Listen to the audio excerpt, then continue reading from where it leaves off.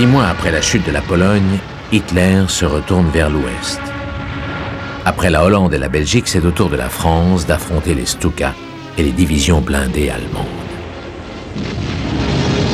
Artilleriekampf mit sowjetischen Küstengeschützen.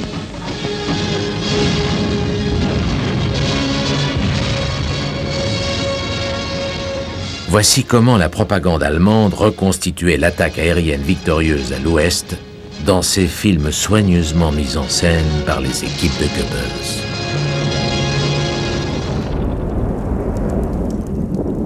Pourtant, les images les plus expressives et les plus précieuses tournées par les Allemands à cette époque ne l'ont pas été par la Propagandstaffel, mais par de simples soldats et des officiers. Des cinéastes amateurs en uniforme qui filmaient clandestinement. Toute prise de vue non officielle était expressément interdite.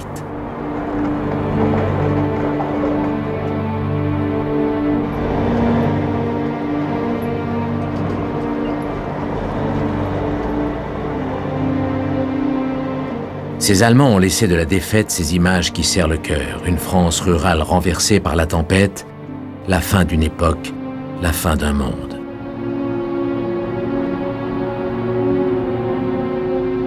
Les voitures allemandes déploient le drapeau à croix gammée pour se signaler à la Luftwaffe qui mitraille les routes. Parfois, dans un convoi qui passe, un officier allemand appuie sur le déclencheur de sa caméra Zeiss en doublant une colonne de réfugiés.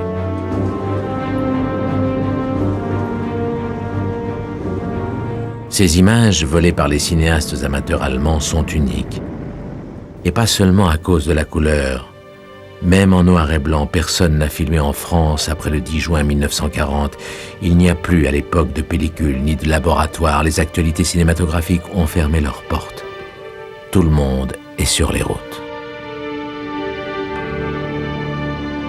Voici donc pour la première fois des images authentiques de l'exode des Français de 40. Celles qu'on a coutume de prendre pour telles montrent en fait des réfugiés belges tournés quelques semaines plus tôt.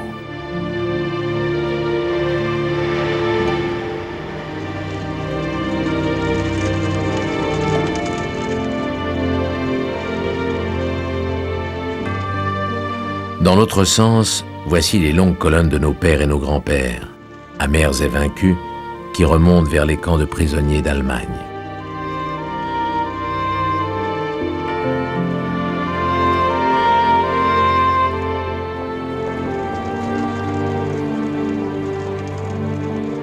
Sans nourriture et sans hygiène, désarmés, complètement démoralisés, ils sont traînés sur les routes par marche quotidienne de 25 km. On leur a fait croire qu'ils vont en Suisse, pays neutre pour y être libérés. Certains marcheront ainsi plusieurs semaines avant d'atteindre leur stalag de l'autre côté du Rhin.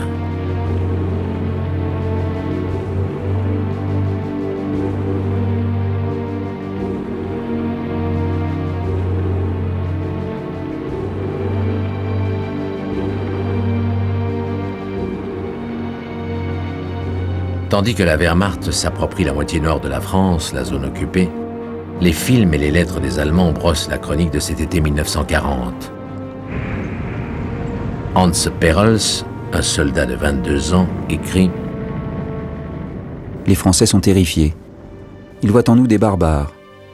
Un matin, nous étions en train de fouiller des habitations lorsqu'une femme s'est jetée à mes pieds, m'implorant de ne pas tuer ses enfants. Je lui ai dit dans mon mauvais français que nous ne cherchions que des armes. Elle n'a jamais voulu me croire. Elle a continué à sangloter à n'en plus finir. »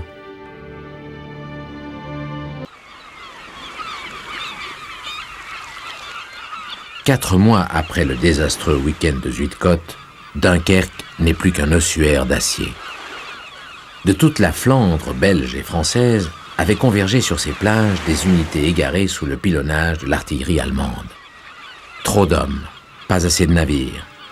Les Alliés s'enterraient dans les dunes à la merci des Stuka qui faisaient régner la terreur.